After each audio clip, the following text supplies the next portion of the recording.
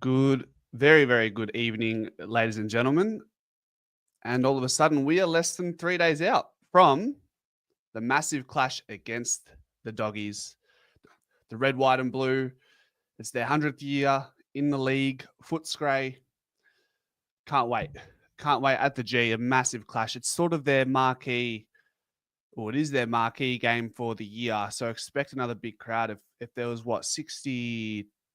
65,000 odd against Port Adelaide, you can only imagine for the event that is on Friday night, you're probably looking at another Victorian team, maybe 70, 75.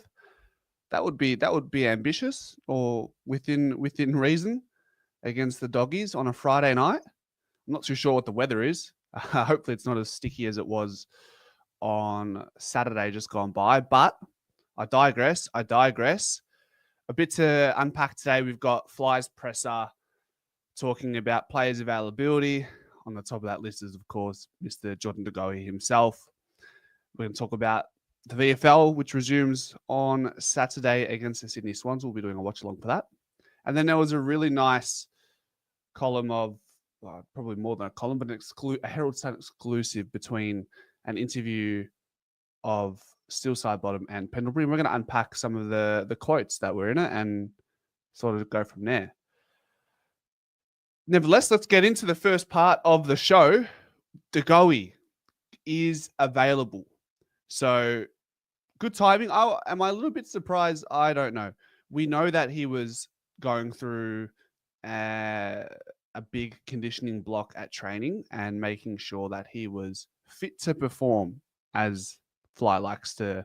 It's one of his catchphrases this year is fit to perform. We want players to be fit to perform, not fit to play. So a lot of players were fit to play last year, but they weren't fit to perform. So that is a focus for the high performance side, the physio side of things, making sure that these players are more than just ready to get to the first bounce. They want them to be running on top of the ground in the games that they are made available. And De Goey, we've been very meticulous about his return to play. It was slightly put on hold because of this bone bruising in his knee.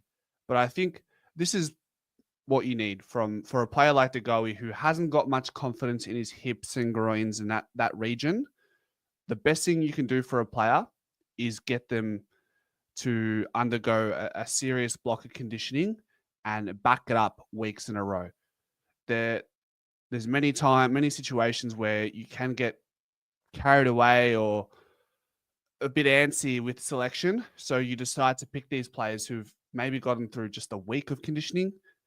Yeah, they get through a week of conditioning, that's a tick, but it's about, can you back it up the week and the week after, especially when it comes to that hip and groin region. It's very, very complex. And when you don't have power in there and you're compensating, the way it pulls up days on end doesn't feel nice. It doesn't feel nice, and it's a hard thing to describe because he's not pulling. Yes, he did his hammy and pulled it, so to speak, against Carlton last year, but the chronic side of his hip and groin issues were not something where it's like, oh, I've just done my groin. It's like, no, you've overloaded a region that doesn't have the conditioning required, which is why it's so important to get these long blocks of continuity rather than playing Russian roulette. All right, let's train you for a week. Oh, you got through the week's session. Did you the questions need to be asked. Did you, in match simulation, were you going 110%? Did you do every drill? Some players just tick the boxes to get their name put in their best 23. But with this situation, we just had to be precise with the way we approached De Goey's injury. Because if you get this wrong, this hip and groin injury, especially because we're in the chronic phase of it now, the relapse comes around quicker, but it also lasts a lot longer. And it's hard to manage throughout 23, 24 weeks. If beyond that, when you're playing finals as well, it's a whole lot more. So these are the challenges. He's definitely, what he's done at the very least is he's gone to Dubai. He's looked at some mechanics in the way he moves. He got through to about Christmas without pretty much unscathed. He was pretty much off legs for a large part of that period. And then he got into the thick of things in January, had a good portion of February, and then had that bone bruising, which sort of, slowed things down. But ever since then, he's had maybe 3.5 weeks now where he's been uninterrupted, which is massive, very massive. Who is in the chat? Let's see. Alex, how you going? Go Pies says, let's go Pies. Good day, champ. Yassel Stefanos. Digsby has injury update released. Fly has spoken about some players, one of them being Goey, and there's another one we'll speak about. And Steve-O's here. I'm keeping an eye on the Collingwood website to see if the injury list comes out, because usually it comes out around this time. Surprised it hasn't just yet. I'll check again. Video. Anything here? No injury update yet. Okay, never mind. Who goes out? Good question. That is the next part of the segment, Sash. Arlo, how you going? Steve-O, bloody Matt Rao looked good. Bloody hell. Manny, the Bull is back. A must win. No excuses. The Bulldogs are ravaged with injuries. If we drop this, I will not be happy, especially at the G. It'd definitely be a game we'd be kicking ourselves about if we were to cough this one up, especially after such a promising win against Port and such a mature bounce back from an all-in-all horrible outcome against GWS.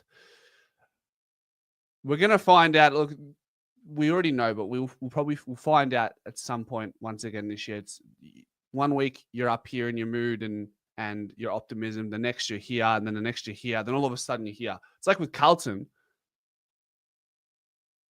That loss against Richmond is by far and away from what I can see and remember is the worst home and away loss I've ever seen a team concede.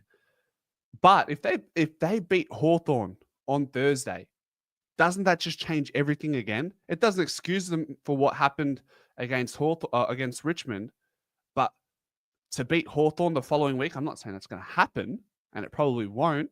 But if it does, and it possibly could, it just changes everything. Within the space of 7 days, you go from being the worst team to be dubbed the premiership favourite in decades, potential bottom four, not going to make finals, no soul, no heart, no fight, and then you beat Hawthorn, everything changes.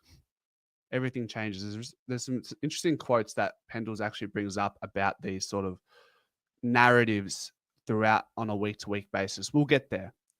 But let's talk about who makes way for Sir Jordan De Goey.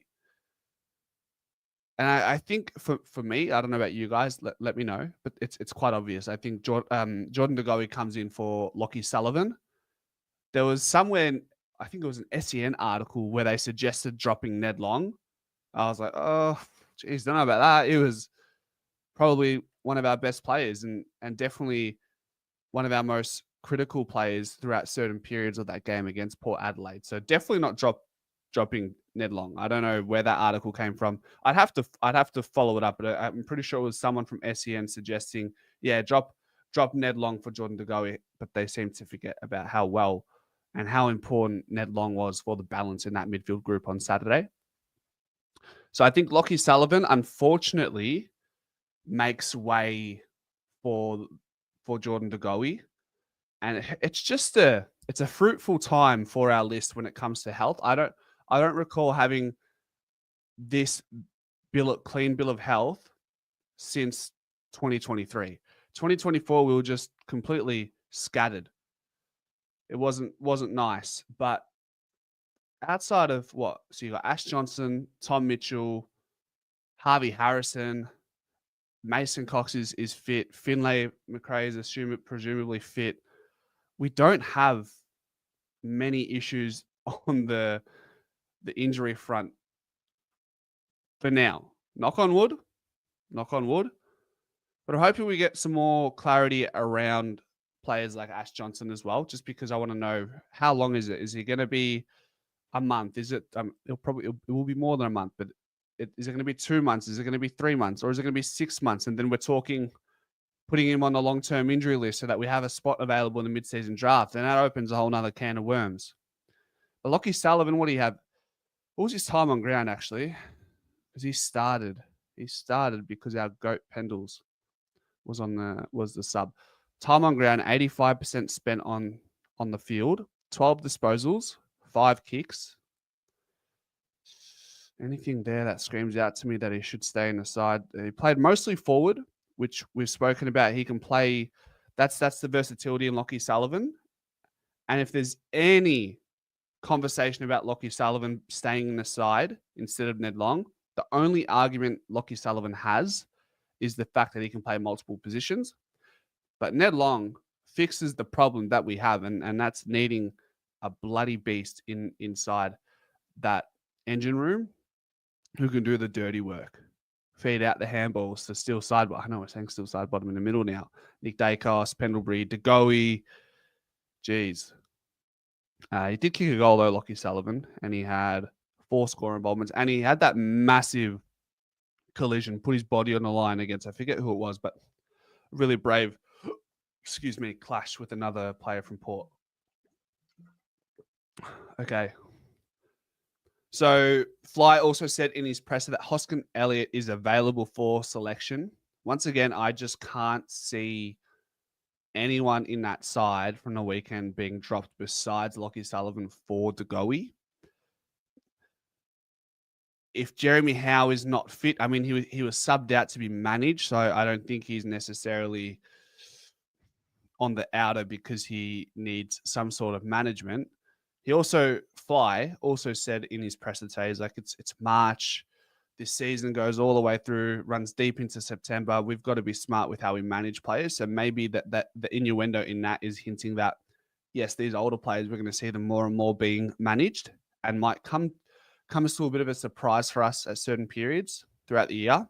So maybe one of those surprises this week, and I don't like the idea of it, but could potentially be Hoskin Elliott comes in for a Jeremy Howe to manage his minutes. You know, the other thing we're probably all wondering is, okay, so Pendles was the sub against Port. Does that happen again this week? Like, thinking about it, I can't see him starting based on how good that side we had in the field was on Saturday. But it sounds like it's going to be used strategically to make sure we can manage his workload as well. Talking about Scott Pendlebury. So that'll be an interesting watch as well. Does Pendles start as a substitute again? That's something I'll be keeping a close eye on. But yeah, I think Hoskin Elliott, if it's not for a Jeremy Howe, I think he might come through via the VFL, which is on Saturday at 12:05 against the Sydney Swans. So Fly was asked about Sam Darcy and how Collingwood are going to approach that matchup.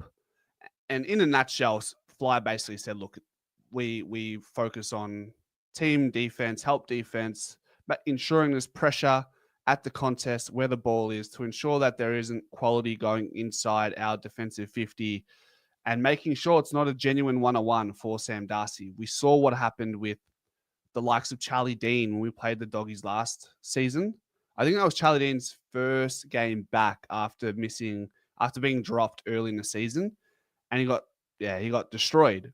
But little did we know he was coming up against a unicorn who was basically announced himself for that second half of the year last year. So you'd think if like a Reef McInnes is isolated with Sam Darcy, even a Darcy Moore, it's gonna be trouble. So, like Fly said, we're gonna need to depend on our team defense, our help defense, making sure we're not playing 1-on-1 footy against a genuine superstar talent like Sam Darcy. Now, what I want to see here, I actually want to see what is the Doggies injury list looking like. Western Bulldogs, because I don't know what I know they're missing players. I know they're missing a bunch of players, but when was this last updated? Beautiful. 17th of March. Cool. So they are missing at this point. We're talking Treloar, who's in a reconditioning phase. So that's handy for our midfield battle. Bont, we know he's going to be missing quite a bit. Johannesson, which is good because that, we don't have to worry about his run off the half back. Cody Waitman, indefinite. And then we've got Aaron. So you're looking at Aaron Norton and Sam Darcy. So I dare say you probably got Darcy Moore and Aaron Norton, and then Reef is going to have to match up on Sam Darcy, and we're going to need a lot of help from Jeremy Howe, Braden Maynard, Quaynor, Houston. They're all going to have to come in and do a job. But what's important is ahead of the ball, before it gets to the back line, making sure that the ball comes in slow or just doesn't get there at all, or it has to be a poor entry, alleviating pressure off our defenders. That's how we're going to make sure we can stop players like Norton and Darcy. Now let's see again. Is there a update on our end for? Let's see. One moment. For the injury list for Collingwood. Usually it's around this time. Here we go. All right, beautiful. Injury update. 3 available tall timber to be assessed. Let's have a look. Jordan Goey is available for selection this week after getting through main training session held on Tuesday morning. What else have we got? Will Hoskin-Elliott was sidelined for Collingwood's round 1 clash after sustaining a knock to his back during the opening round. Following today's main training session, Will Hoskin-Elliott is available for selection. Oscar Steen, who is returning from a finger injury, will be available for selection following clearance from the surgeon this week. Brilliant. We'll be watching him in the VFL watch along at 12:05 on Saturday. Ash Johnson will be sidelined for a number of weeks. The club, Johnson had surgery today with the club to provide further update on his recovery period in due course. So no idea yet as to how long Ash Johnson will be missing for. Finn McRae is progressing well in his return from a shoulder injury. McRae is not being cleared of contract training yet, but is expected to be available for selection following the round 3 bye. Damn, that kills my thumbnail for the VFL watch along then, doesn't it? Oh, I'll leave him in there. Oleg Markov is progressing well in his recovery from a calf injury. He has started a running program and is expected to be available after the bye. Geez, you just have to wonder. He had his chance opening round to play. He was going to play and then has that calf injury. It's unfortunate. You just wonder, with just the way things are going right now, how do you fit in an Oleg Markov into your team? I think he's going to be kicking himself at how unlucky he was in that period. Oh, hold on. Tom Mitchell had suffered a setback in his program. Mitchell experienced some pain in his right ankle, separate from his left plantar fascia injury. He will deload over in the coming week before increasing his training loads again. Okay. All right. At least we're not hearing foot. We're hearing ankle. Surely that can't be too bad, right? Big Illaru. Smith is recovering from a larynx fracture, has been cleared by a specialist to return to full contact training. He will be assessed throughout the week to determine his availability to play VFL on Saturday. And that is your injury update brought to you by Collingwood. Thank you very much. How good? How good is that? Okay.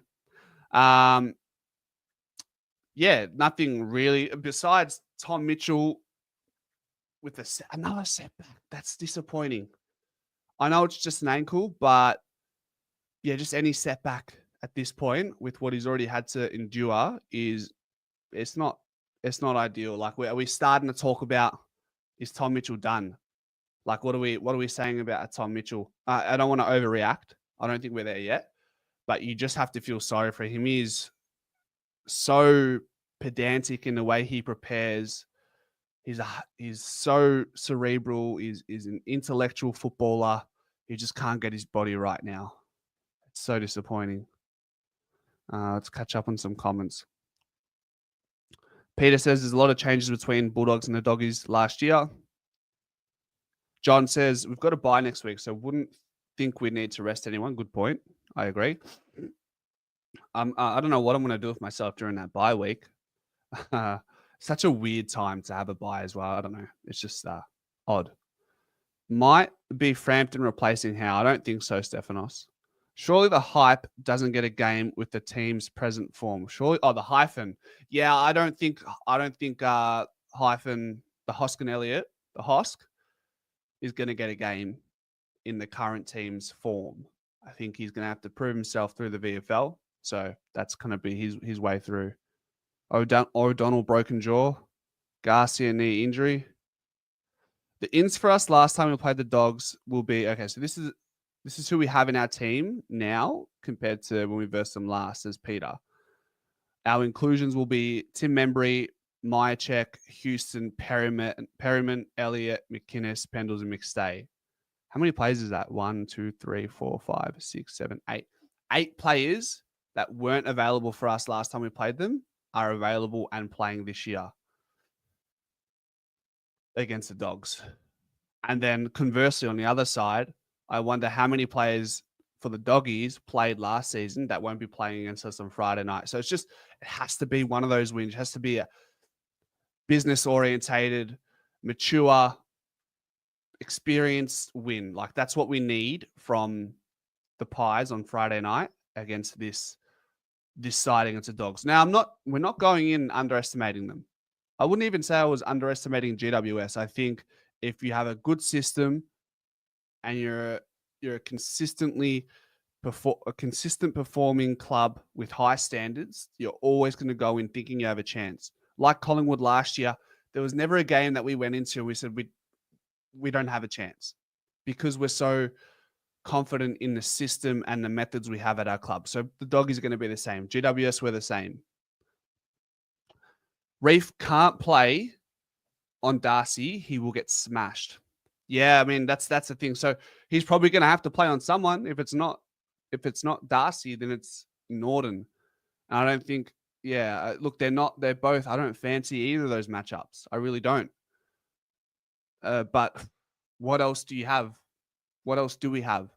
Are you going to bring in Billy Frampton because it's horses for courses? I don't know. We'll find out. Fly is definitely not opposed to surprising us when it comes to who he picks on the selection table. I think he's made some good decisions that have paid off already this year. So who knows? In 2023, whoever started sub played full game the following week. For example, Hill, Steele, Mitchell were subs early games in 2023 and Jack Crisp as well. Yeah, it doesn't matter who's in or out. The Doggies will be fired up. Harry says, don't think Mitchell's going to play again. That would be, it'd be disappointing. It's a setback that no one had heard about. And unfortunately, he's just going to have to deal with it. Like he's at that age. I mean, how old is he now? What would he be? Like 31? Google Tom Mitchell. Look, we're not going to make we're not going to overreact. He's 31. He's 32 in May. Look, he just needs some sort of run. Right now, he's not getting that, that's the most disappointing thing. He hasn't even had the chance to see if he can perform at the top level anymore, like he did in 2023 and at times last year before he got injured, although he was already carrying an injury in 2024. But I think it was that Hawthorn game where he was superb. It was the Brisbane game as well that I think he played. He played nicely in that game.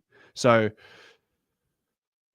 we don't even know if Tom Mitchell's up to it in that conversation.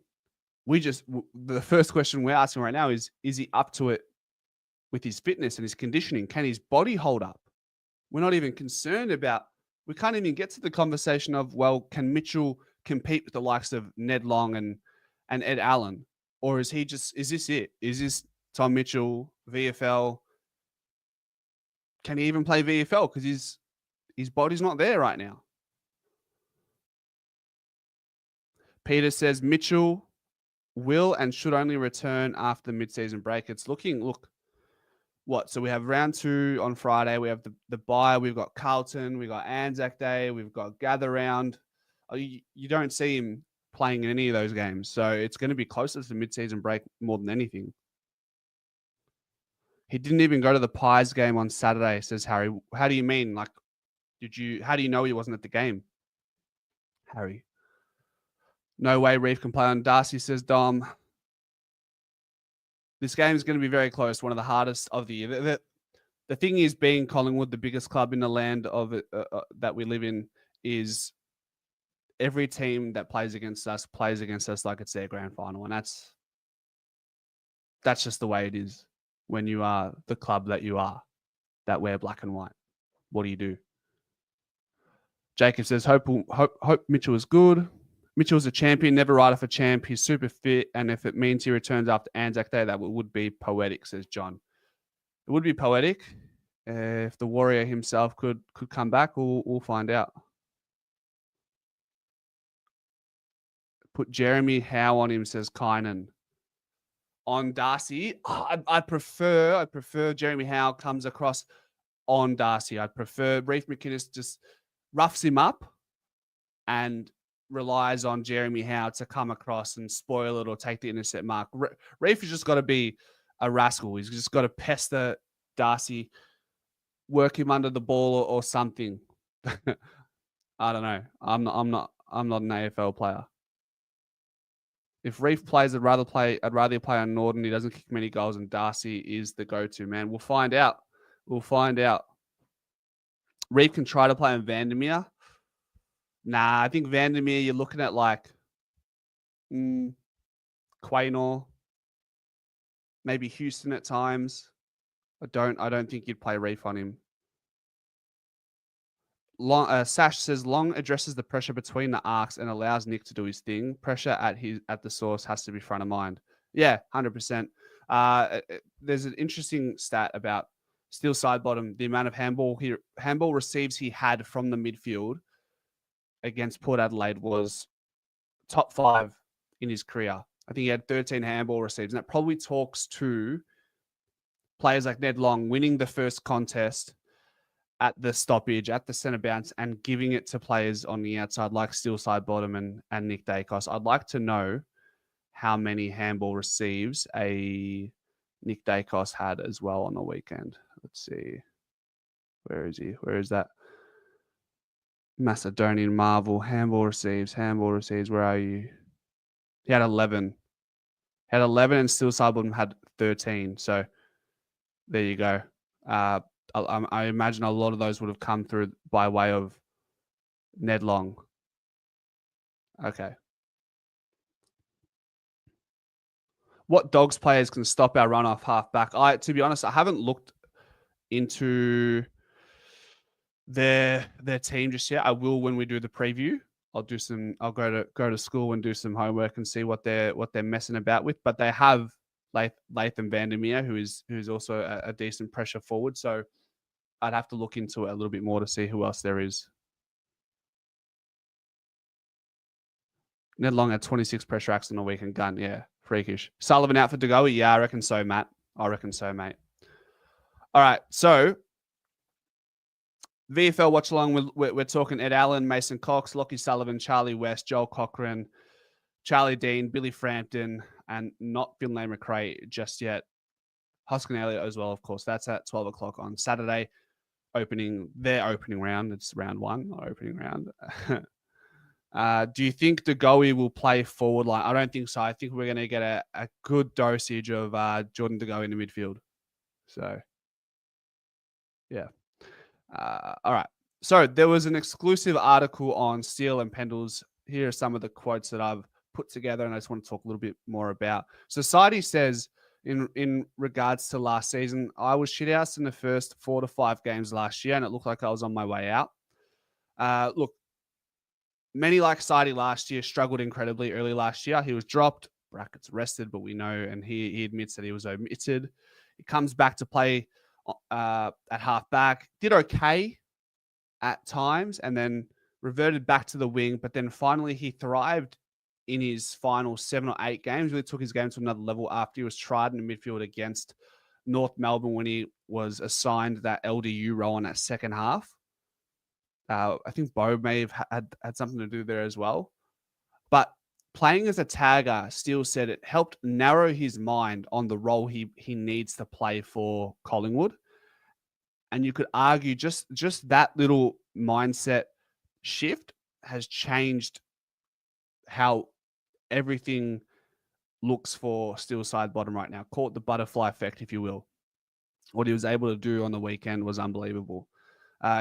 He certainly bucked the trend this year with regards to having a shit 4 or 5 games last year.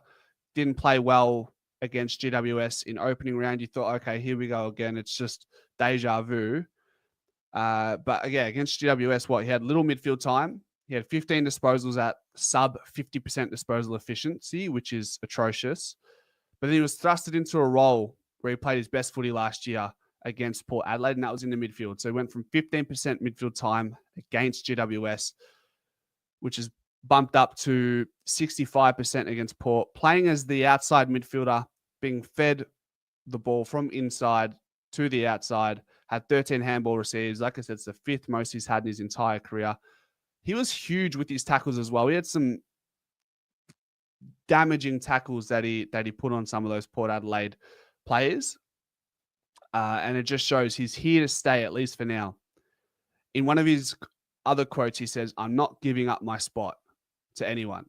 So he's not just willingly going to pass the baton. He said, he always had the mindset that he wouldn't clog the list and get in the way of the youngsters, but his mindset has since shifted and believes that if he is good enough, which by all accounts, the way he's going right now, he certainly is, he simply won't give up his spot. Thankfully, we are seeing Sidebottom. We are seeing a Sidebottom where in his last 10 games, he's averaging 20 disposals. He's kicking a goal every other game. His pressure is elite when he's stationed in the midfield. Hopefully, we can get this for a longer period of time with old mate Sidey. And Pendles comes in and chimes in and he says, Sidey could have played on ball his entire career, but always did the team thing, whether it was off half back or on the wing. We saw this in 2018 where Sidey was unbelievable and still had the humility to allow and make way for players like the Goey, Nick Dacos, Pendlebury, of course, Tom Mitchell, Treloar, the list goes on. He was always willing to make space and do the team thing. He reminds me of he's a better Jack Crisp, let's be honest, but Jack Crisp is someone who could definitely play on ball, but is sacrificing that position to play on the wing or wherever else is needed to make sure that it is for the best interest of the team. And mind you, Sidey, he was four Brownlow votes behind Tom Mitchell in 2018, who ended up winning that Brownlow. So it's just, I think it's odd in the way it's panned out now that we're seeing Sidebottom feature in the midfield a lot more. And it's probably going to be because of his good mate Pendles, who's starting to make way and is going to be managed a little bit more. And I'm sure Sidebottom will get managed throughout the year as well. But right now, I think, Pendles and the likes are going to make some room for someone like Sidebottom to start at the centre bounce. And with the way he played against a preliminary finalist team in Port on Saturday, played against Rosie, Horn Francis, Willem Drew, that's a good midfield. Ollie Wines, you have to say he's going to be there for a little bit longer. That's for sure. And Pendles talking about the narrative this year. He said, if we lose, we're going to be old and slow. But if we win, we're going to be too experienced and too smart for the opposition. So just be mindful, Pies fans. This is something that's going to constantly, it's going to be the theme of the week, the theme of every other week. If we lose, we're too old, we're too slow. If we win, we're smart and experienced and too savvy for these younger teams. And that's how we looked against Port Adelaide, who are a little bit below AFL average when it comes to average age. So just be mindful of that. Don't buy into any of this media. I'm trying my best.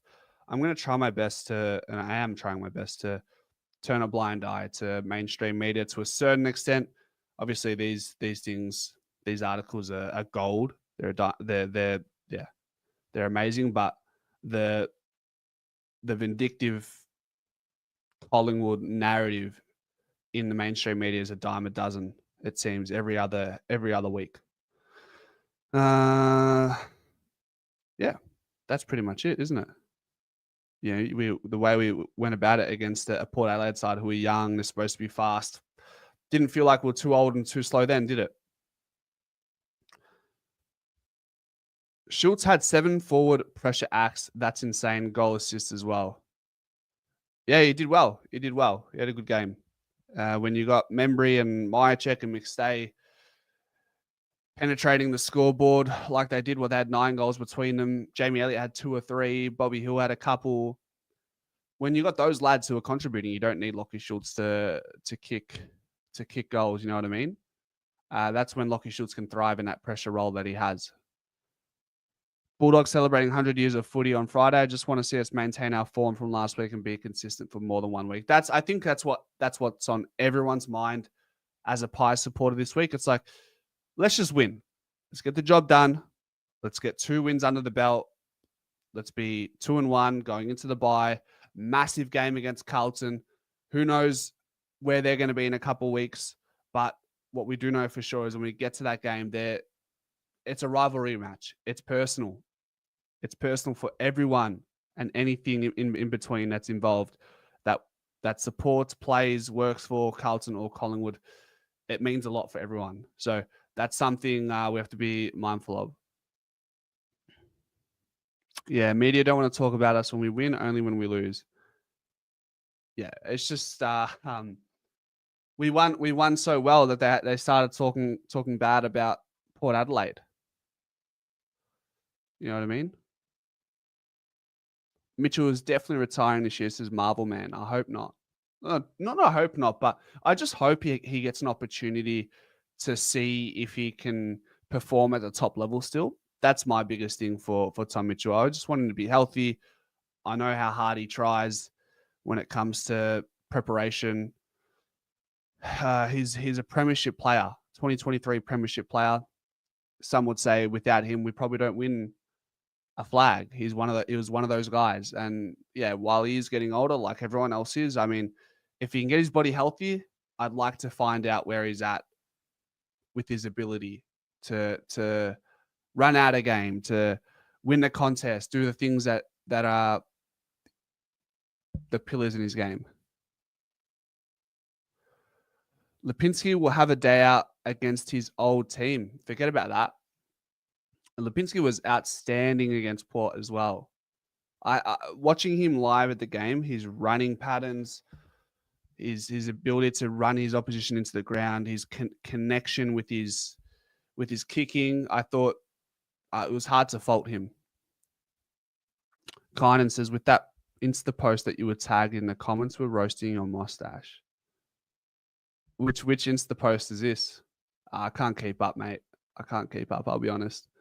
Who do you think will play on Ed Richards and Tom Liberatore? Well, you probably say a Ned Long goes on like a Libba, Ed Richards. I don't think there's going to be any direct matchups like we were asking for a Jason Horne-Francis. I think everyone will be accountable for those players. Oh, the one about Tim Membry. Yeah, right. Yeah. Look, I guess it is what it is. When you're talking shit about other clubs, obviously their supporters are going to get upset. That's just the way it is. There's no good without the bad. There's no light without the dark, Kynan, my man. So what else have we got? What else do we want to talk about? I pretty much covered everything that I really wanted to talk about regarding the presser, regarding the watch along for the VFL, the Steel and Pendles exclusive. What else do we have? Well, tomorrow we got the Pies Footy show. We'll have the preview tomorrow. We'll have moving to Magnets Thursday. The teams come out at 6:20, so therefore 5:50 will probably start the stream. I mean, have you changed your tune on Schultz yet? What do you want me to? Like, he was good. He was good this week. He was below average the week before. I need like a good patch from my man Lockie Schultz. I want him to do well. He wears these colors behind us. You know what I mean? Like, I want Lockie Schultz to perform. But if he just needs to be consistent. Kynan, you love him, mate. You're obsessed with him. Yeah. This is the fittest Lipinski has been. Well, watching him throughout the entire preseason, he was definitely one of the standouts all preseason. When you do have such a great running capacity, you are going to stand out like a sore thumb at training. Same like Isaac Quaynor. He's fit every year. He's having the best preseason that we've ever seen because of how fit these players are. But it's good to see that Lipinski's form is translated into round one. Opening round, he was hardly effective, and in that first half, he had 4 disposals, which is just not enough from that middle group of players that you need to be performing on a consistent basis. You got your Nick Dacos, put McStay in there, I guess, Houston, Perryman, these players up here who are gonna carry you, but then you do need that base in the middle where you got like Lipinski, you got Bruzzy, you got Bo McCreary, Schultz. These players they need to be holding that base down and ensuring that our best and worst isn't too drastic on a week-to-week basis.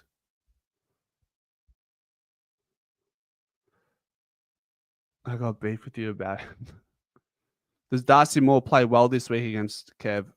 Yeah, I hope so. He was good on Saturday watching the game back. He was good in the contest. 3 intercept marks, a few spoils. I'm looking forward to Darcy getting back to All-Australian form, though.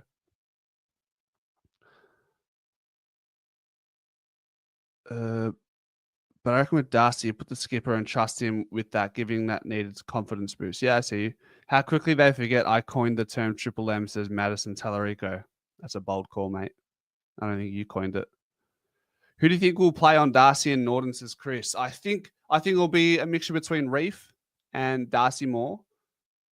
But at the same time, I think Jeremy Howe, Braden Maynard, Quaynor, Houston, they're all going to have important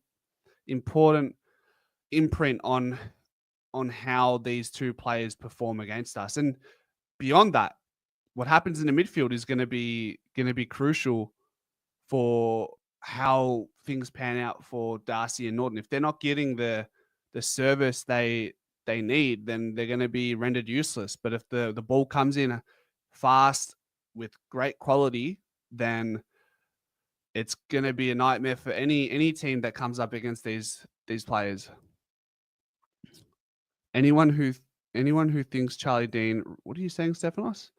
I think you're trying to say, does anyone think Charlie Dean will have a rematch with Darcy, Sam? I don't think so. I think we'll see Charlie Dean in the VFL. Nah, yeah, I just don't think that's the right play. If anything, if you were to take out a defender, I'm just saying for the sake of this hypothetical, this will not happen, but if you want it, I would bring in Billy Frampton before Charlie Dean to play on Darcy. MD says, I think Nick will have his best game now that De Goey is playing. He plays great with him in the side. It's the great 1-2 punch that we want to see. It's the great 1-2 punch. So put me on JDG to play predominantly forward this week is my guess. Shane, see, I don't think that's going to happen. I think we're going to see Jordan De Goey play 70% midfield time would be my guess. One, we don't have room for De Goey in the forward line right now. Like, think about it. We've already got McStay, Myercheck, and Membry. They're talls. De Goey's medium-sized. So we got Bo, we got Lockie, we got Billy, we got Bobby. So really, I think if Geordie's coming in this week, which he is, I think he's going to have to play a large bulk of his time in the midfield. Craig talks about fit to perform, not fit to play. De Goey has been selected because he's fit to perform. So if he's fit to perform, he's going to play his best split. And it'll be probably, 70, 80% midfield. And then the other 20% might be forward or on the bench entirely. I'm not too sure. Madison asks, is Reef getting dropped or no? Nah, he won't get dropped. John says, Frampers to replace Howe for this week and the Blues. Howe would replace Reef against the Blues. Now, I don't think Reef or Howe are going to come out. I don't think they're going to come out of the side. That's wishful thinking. I'm not sure where these ideas are coming from. Look, Howe played 3 quarters, basically 3 quarters, if that, against Port. He'll be fine to play on Friday night. If you're pulling up sore after 2 games and a game and 3 quarters, and your name's Jeremy Howe, and you're asked to be managed against Western Bulldogs where they have this dangerous forward line, you're probably not wanting that. You're probably not wanting that, in my opinion.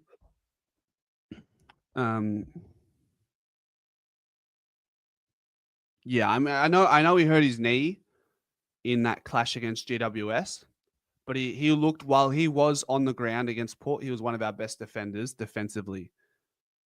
He had 3 intercept marks in the space of 3 quarters. Like he was great, and we need Jeremy Howe to be playing the way he's playing.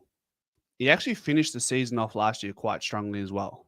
So, yeah. Who do you think will be the sub for Collingwood? Chris, I think the sub will be...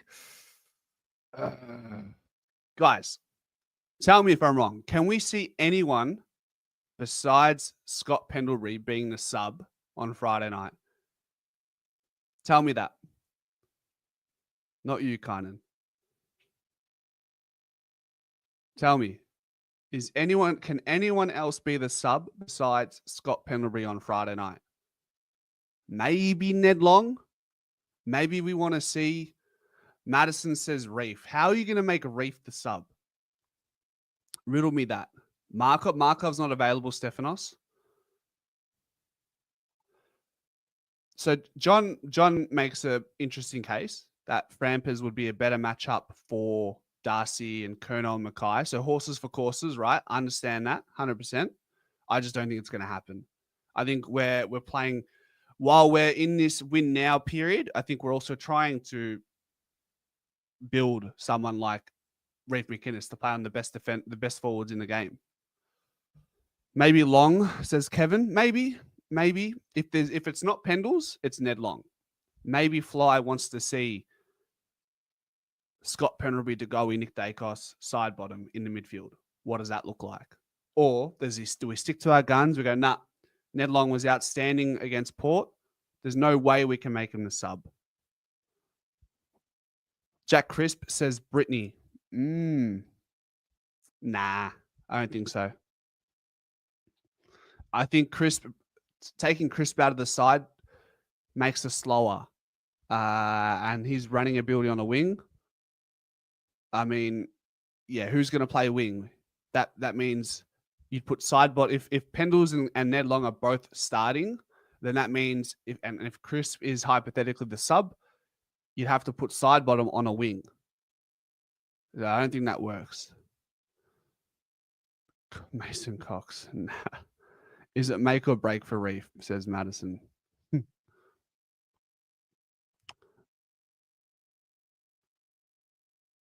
So John says we want to build Reef on similar sized opponents if he gets killed by a taller player. Well, here's the thing, John. Every side has giants. So you can't avoid the inevitable, right? You can't. He's going to... Kerner and Mackay around the corner. You've got Phil Thorpe, Walker, Fogarty at Adelaide. You got Shannon Neal and Jeremy Cameron at Geelong. And then what else do we have? You got Oscar Allen and Jake Waterman at West Coast. At some point, why would you be playing Reef McInnes now if you're going to drop him for the matchups against power forwards? You're going to teach him how to play. He's going to have to learn how to play on these bigger players if he's to remain in the side. Just like Nathan Murphy. We didn't drop Nathan Murphy because he had to play on so-and-so who's 6'5", 6'6". Murphy's the same size as Reef.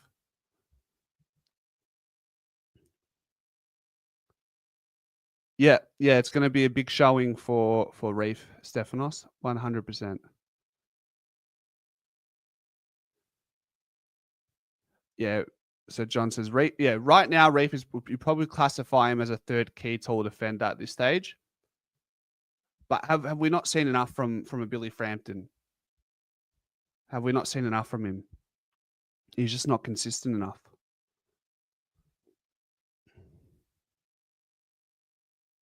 Nah, Chris, De Goey will start. He'll start. He's fit to perform. I'm gonna abuse that coined phrase now. As Fly says, we're fit to perform, not fit to play. I don't think Sam Darcy will get many opportunities to influence the game anyway. Well, if we keep playing the way we played in the contest, even the contest against GWS, the amount of times we won the first contest, if we play like that, they're not going to get as much. They're not going to get much opportunity. What was it against?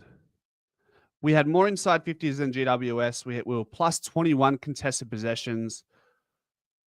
And then round against Port, Collingwood and Port, when the game mattered, I think it evened up towards the end. We were plus 7 in contested possessions. Port only had 48 inside 50. So if you're not getting the supply and we're nullifying the Bulldogs the way we did against Port, you could put Buddy Franklin and Peter Dacos in their forward line. If you're getting 48 inside 50s a game, you're not